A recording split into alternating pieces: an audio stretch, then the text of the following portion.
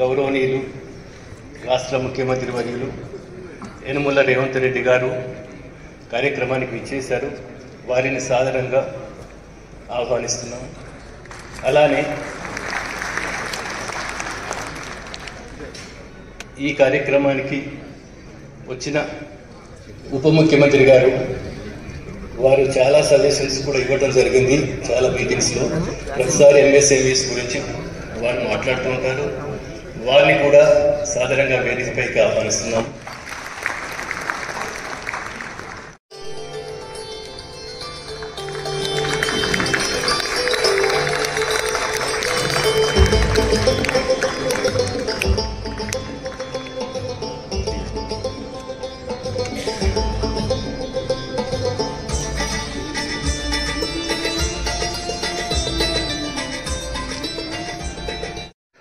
చాలా సందర్భంలో ఈ విషయం చెప్పారు.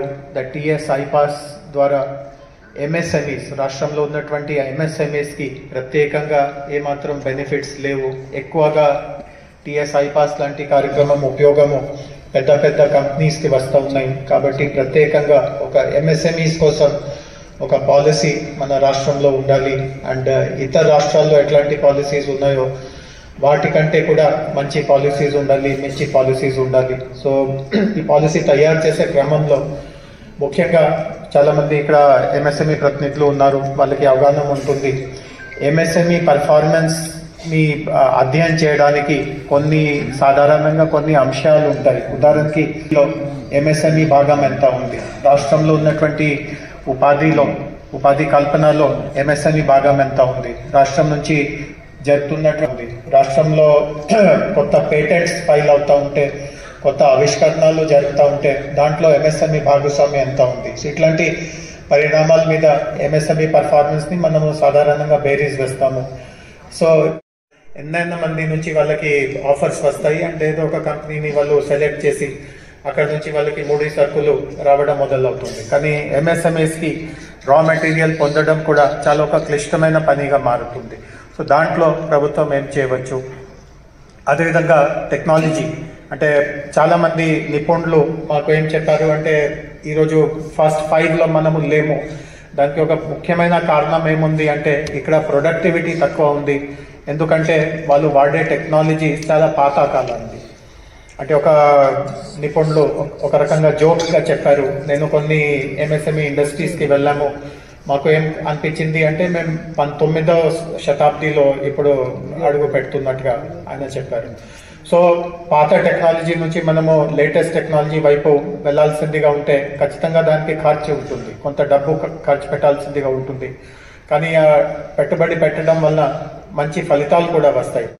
Strengthening the TS IPAS so that only large companies like ours and large industries don't benefit, so that even small MSMEs are also able. Encouragement to women and SCs and STs is a very, very welcome news for us.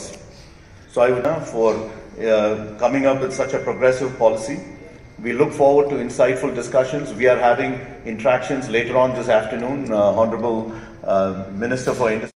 In the way the business is conducted globally, even the definition of MSMEs is revised, and many of the large industries are now fallen into medium category and medium into small category industries. I once again thank the government for coming out with new MSMEs policy, and we look forward for continuous support of the government for the promotion of industries without even investing a single rupee. That's a great decision taken by you.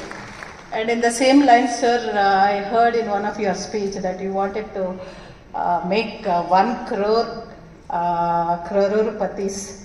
Enta manchi alochana, sir. Really, I appreciate that, because this is what is required for women, your support. And in various ways you are extending this support. I have just gone through the policy also. I am part of the policy payment. అదేవిధంగా industrial పార్క్లో మేము plot కొన్నప్పుడు గతంలో 33% reservation ఉండే, 33% rebate ఉండే. ఆ రిబేట్ని ఈరోజు 50% పెంచి అది కూడా 50 లక్షల పరిమితి వరకు పెంచడం ద్వారా ఎంతో మద్దతుని మన ప్రభుత్వం ఇచ్చినట్టుగా నేను భావిస్తూ ఉన్నాను. అదేవిధంగా డిక్కీకి సంబంధించి సార్, డిక్కీ ప్రారంభమై ఇప్పటికి 19 సంవత్సరాలు పూర్తి చేసుకొని 20వ సంవత్సరంలో అడుగు పెడుతున్నాం. మొట్టమొదటగా పూణేలో మా founder chairman Padmashri doctor Milind Kamble గారు 2005 ఏప్రిల్ 14వ తేదీ నాడు ఆ యొక్క స్థాపించడం జరిగింది డిక్కీ. అప్పుడు గౌరవ మేడం సోనియా గాంధీ గారి so what kind of solutions we can provide to the government అనే దానిపైనే డిక్కీ టీం కంప్లీట్గా నేషనల్ లెవెల్ నుంచి స్టేట్ లెవెల్ వరకు కూడా, మేము డిస్ట్రిక్ట్ లెవెల్ వరకు కూడా ఎప్పుడు కూడా ఆలోచన చేసి చాలామందికి ఇగో ఈ మార్గంలో మనం పోక తప్పదు, ఇంకా మీరు ఉద్యోగాల గురించి ఎదురు చూసే ప్రయత్నం చేయకండి. ఈ యొక్క మార్గము ఏదైతే వ్యాపార రంగం ఉందో అది ఒకప్పుడు కొంతమంది గుత్తాధిపత్యంలో ఉండే, కానీ ఈరోజు ఆ పరిస్థితి లేదు. దీనిలో కూడా చాలా మందిలో లేటెస్ట్ టెక్నాలజీతోని న్యూ స్టార్టప్స్ ఎంతోమంది న్యూ ఐడియాస్తో రోజు వస్తున్నారు. మా ఆఫీస్కి డైలీ ఎంతోమంది యువ పారిశ్రామికవేత్తలు, మహిళలు అందరు కూడా వచ్చి వాళ్ళ యొక్క ఆలోచనలు చెప్పినప్పుడు వాళ్ళకు మెంటరింగ్ చేసి ఇగో ఈ కేంద్ర ప్రభుత్వంలో ఇటువంటి సపోర్ట్ సిస్టమ్ ఉంది, రాష్ట్ర ప్రభుత్వంలో ఇటువంటి సపోర్ట్ సిస్టమ్ ఉంది, సో దీన్ని మీరు ఏ విధంగా మ్యాచ్ చేయగలుగుతారు, ఏ విధంగా దీన్ని కొలాబరేట్ చేయగలుగుతాము అని చెప్పి బిజినెస్ ఫెసిలిటేషన్ సెంటర్ మేము మొత్తం యావత్ భారత్ మన సెక్రటరేట్ దగ్గరనే ఉంది సార్. చాలా బ్రహ్మాండమైనటువంటి ఫెసిలిటీ. ఎప్పటికీ టెక్నికల్ ఎక్స్పర్ట్స్, చార్టర్డ్ అకౌంటెంట్స్ అందరూ కూడా అక్కడ కూర్చొని గౌరవ ముఖ్యమంత్రి రేవంత్ రెడ్డి గారు కానీ, బట్టి విక్రమార్క గారు కానీ ఈరోజు ప్రత్యేకించి ఎప్పుడు కూడా లేకుండా మొట్టమొదటిసారి తెలంగాణ రాష్ట్రం ఏర్పడ్డ తర్వాత మొట్టమొదటిసారి ఈ ఎంఎస్ఎంఈ పాలసీని ఆవిష్కరణ చేయడం అనేది చాలా సంతోషంగా ఉంది. ఎందుకంటే మా లక్ష్యం, మా ఆలోచన, మా దృక్పథాన్ని ఈరోజు రాష్ట్ర ప్రజల ముందట చూస్తా ఉన్నాం. మనం అందరం కూడా తెలుసు, ఇంతకుముందు పెద్దలందరూ చెప్పారు. మా ఇండస్ట్రీస్ డైరెక్టర్ గారు డాక్టర్ మన్సూర్ గారు వారి మొదటి సంవత్సరంలోనే విదేశాలలో తెలంగాణ యొక్క విధి విధానాలను వివరించి పారిశ్రామికవేత్తలను ఆకర్షించడమే కాకుండా మన రాష్ట్రంలో ఉన్న సూక్ష్మ, చిన్న, మధ్య తరహా పరిశ్రమలను కూడా ప్రోత్సహించడానికి ఈరోజు ఒక పాలసీ డాక్యుమెంట్ తీసుకొచ్చి మీ ముందు పెట్టి మీ అందరికీ రాష్ట్ర ప్రభుత్వం అండగా నిలబడుతుంది. గత ప్రభుత్వం మీకు ఇచ్చిన మాట, ఇన్సెంటివ్స్ విషయంలో గత ప్రభుత్వం ఇచ్చిన హామీని మా బాధ్యతగా తప్పకుండా వాటిని కొనసాగిస్తాం.